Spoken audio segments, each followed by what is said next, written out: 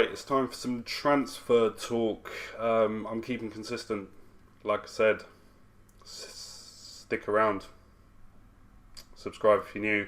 And let's find out which of your Premier League clubs' players should be on their way out. Starting things off at the top of the table with Arsenal, and I think I've gone for the obvious option here in Cedric Soares, who now, arguably at the start of the season, was second in the right back pecking order and now finds himself third after the emergence of Ben White as quite a superior right back this season.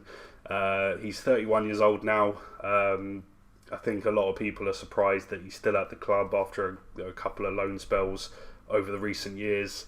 And to be honest, Arsenal just kind of need to get any kind of cash out of him sooner rather than later. Aston Villa, sticking with the theme of right backs so far, I've gone with Frederick Gilbert.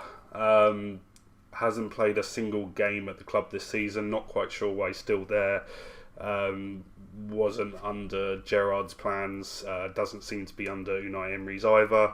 Found himself out on loan in France last season, and has come back to the club and kind of just rotted away.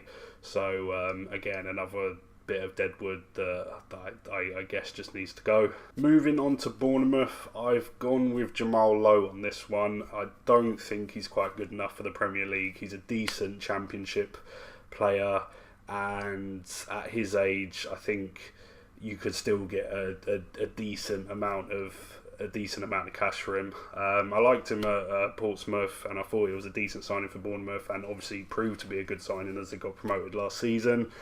But obviously that big step up to the Premier League just hasn't quite worked out for him at the moment. Moving on to Brentford, I've gone with someone who only joined in the summer, so this might be a harsh one, but I've gone with Mikkel Damsgaard. Obviously signed for Brentford after not playing much for Sampdoria because he had that horrendous arthritis injury that kept him out for several months. And we obviously first heard about him after that free kick goal in the Euros against England, and he was set to be, one of the next big wingers in Europe. Obviously the injuries and such, it didn't quite work out in Italy, but Brentford seemed to have taken a chance on him, but he doesn't play. For whatever reasons, I don't know. He obviously passed his medicals and whatever, but there must be a reason behind the scenes as to why he doesn't start games. Maybe he's just not worked out, I guess. Maybe he just hasn't been good enough for them.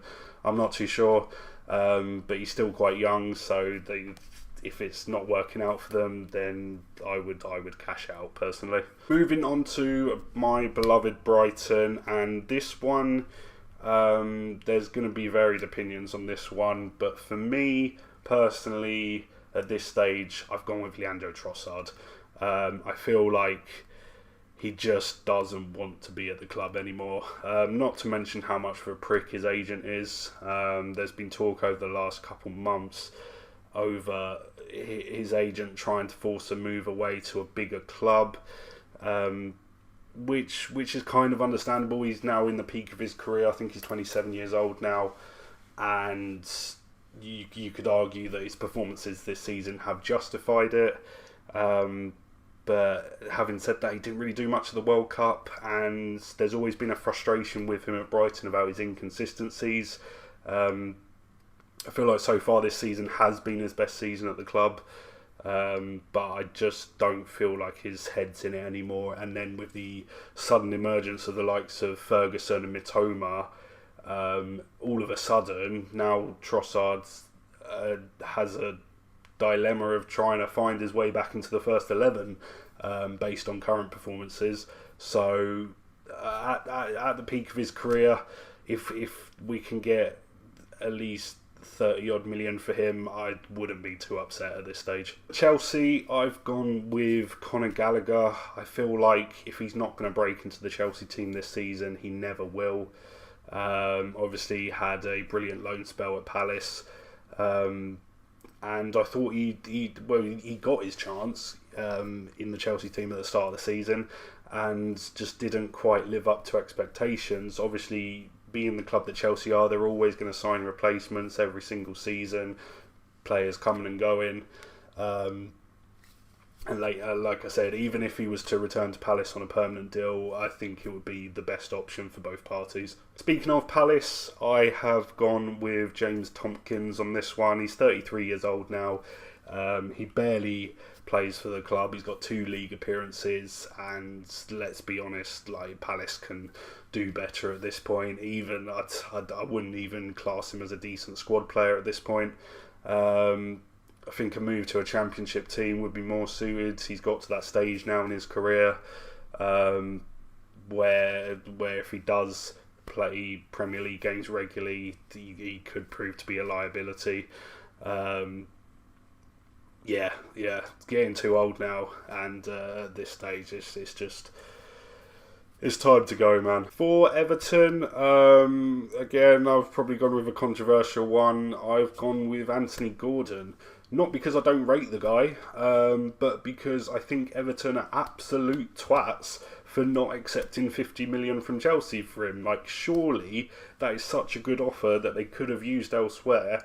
And obviously we're seeing this season that they really are lacking qualities in a lot of areas on the pitch, and they're suffering for it this season. They could have had that injection of cash from Anthony Gordon and used it elsewhere in a better way, but that's not the case. They didn't sell him, but that's just my opinion that they should. They should use the money elsewhere, because I think 50 million is absolutely outrageous at this stage. I could be proved wrong, who knows. But yeah, sometimes those kind of offers I just feel like are too good to turn down. Moving on to Fulham, I've decided to go with another right back in Kevin Mbabu. Another one who's only just joined in the summer, but let's be honest, he's a little bit of a FIFA merchant. He hasn't actually lived up to expectation at Fulham, kind of out of favour, not in the first team, and he's only played, six league appearances so far this season. Can't seem to break into the team, and they could probably sell him and use the money elsewhere. Leeds United, I've decided to go with Junior Firpo. In my opinion, over the recent years, one of the worst signings in the Premier League. I thought he was a massive liability at Barcelona, and he's continued to prove that in the Premier League. He has been injured this season, which explains only 2 league appearances so far, but it's also the case where he actually has a centre-half playing over him in the left-back position, and when that's happening, it's not looking good, bruv. For Leicester, I've decided to go with Ayoze Perez. Really surprised that he's still at the club, to be honest. He's a decent squad player, but it's just really not much better than that. He's 29 years old now, and he's making the odd appearance for Leicester, but honestly, a club like Leicester should be aspiring to improve. He's been at the club for quite a while now, and at his age should really be looking for more regular first team football, in my opinion. For Liverpool, I've gone with Cody Gakpo. Get that, bro. No, I'm joking. I've gone with Fabinho on this one. Man, I used to really rate this guy, but his legs, man, have just said obrigado, ciao. Like, his legs have headed out the door. He just doesn't quite live up to it anymore, and that Liverpool midfield in general just doesn't work anymore. It's expired, it's out of date, it's out of battery. I could name a lot of Liverpool midfielders that they really need to improve on at this stage. Obviously linked with the likes of Jude Bellingham, but I don't really know if he's going to want to play alongside the likes of Oxlade-Chamberlain and Fabinho. It's just Liverpool need freshening up. I think a lot of people can agree on that, and selling Fabinho, in my opinion, would be a good start, a good point in the right direction. For Manchester City, I've gone with probably the most controversial one of the lot. And with Manchester City, obviously such a good team with such a good squad, and such good technical players, it's hard to actually pick out someone that I should be like, you need to go. But I've gone with Kyle Walker on this one. He's 32 years old now, and this brother just always seems to be injured. It's unfortunate for him, really, because obviously he is one of the greatest Premier League right backs over the last decade or so. But not only do I feel like the constant recurrence of being out of the team and being injured and whatever is hindering him, but I would also quite like to see him go and get first team football elsewhere, especially if he wants to stay in the England squad. Go and get first team football elsewhere, and then that helps the emergence of Rico Lewis, who is starting to break into the first team. I don't know. It's like I said, City's a hard one to pick. I could have gone with the likes of Ilkay Gundogan, but I feel like he's at least got a couple of years left in him. Even if City sign Bellingham or someone, Gundogan can still have that quality as a squad player. Manchester United now.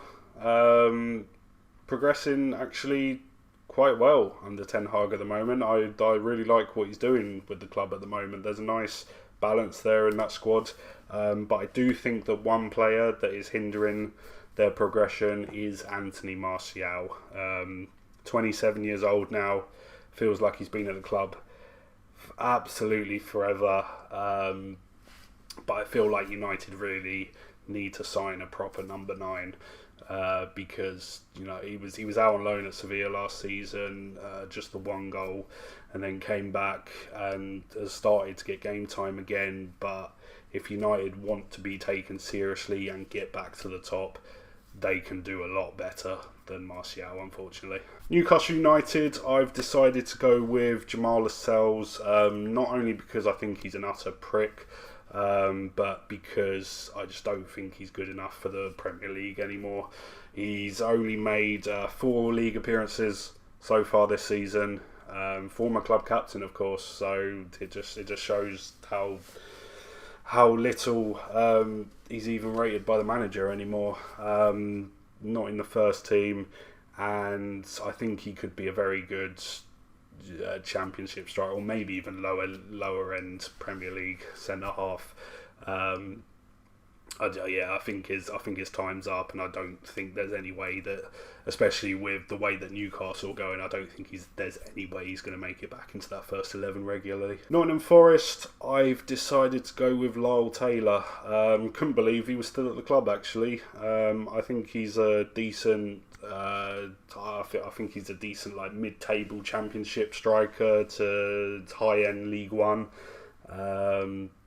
striker. He's very good at that level.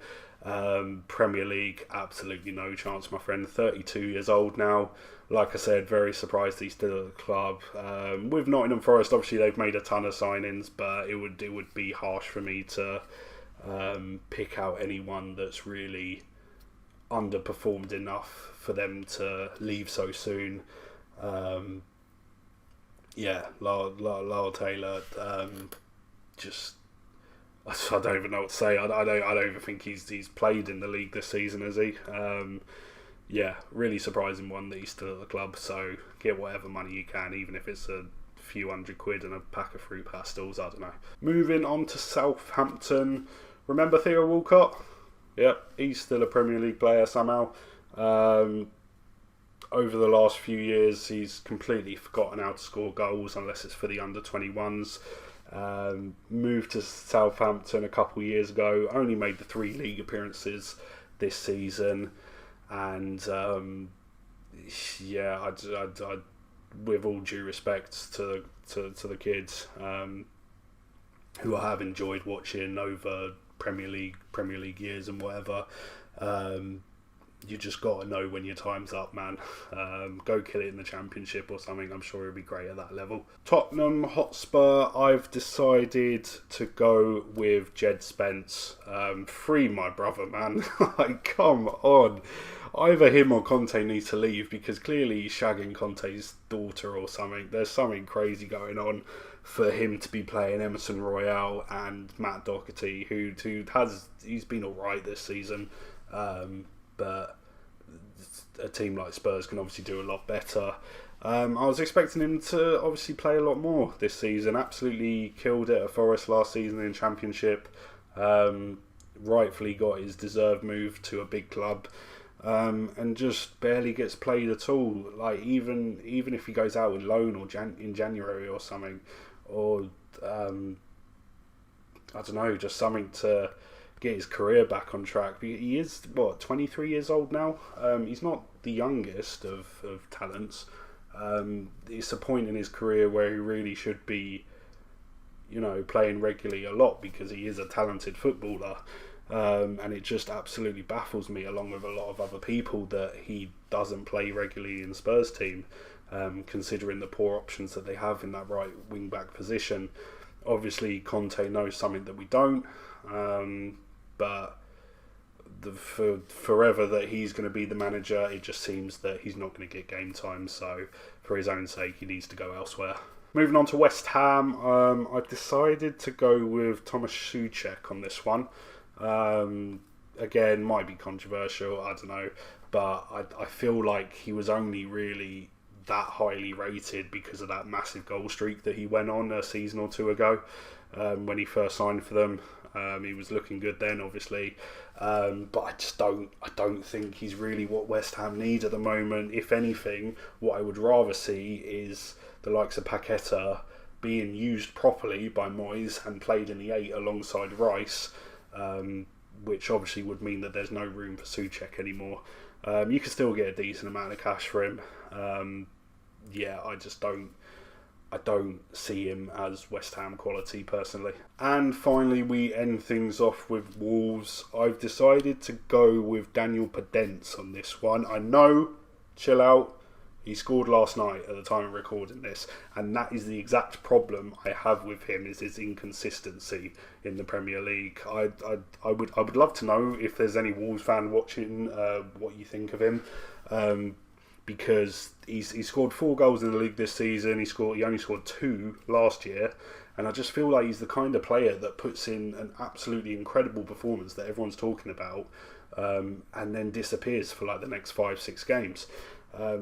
It's a common thing with wingers, of course, but I just feel like, he's too inconsistent for the league, and that Wolves, especially under a good manager now in Lopetegui, could do better in that department. I was considering Gonçalo Guedes as well, but again, he's only recently signed in the summer, so he may get a chance under a different manager.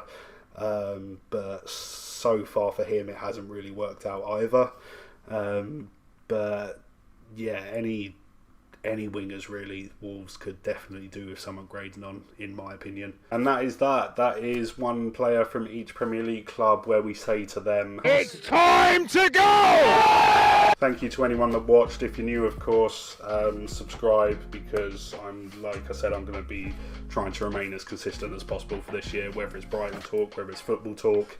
I've got a lot of ideas in the bag, so stick around for more. Let me know, of course, because this is a video that can cause all kinds of controversial opinions, so I'd love to hear your guys' thoughts in the comments, and let me know if you want to see more videos like this. So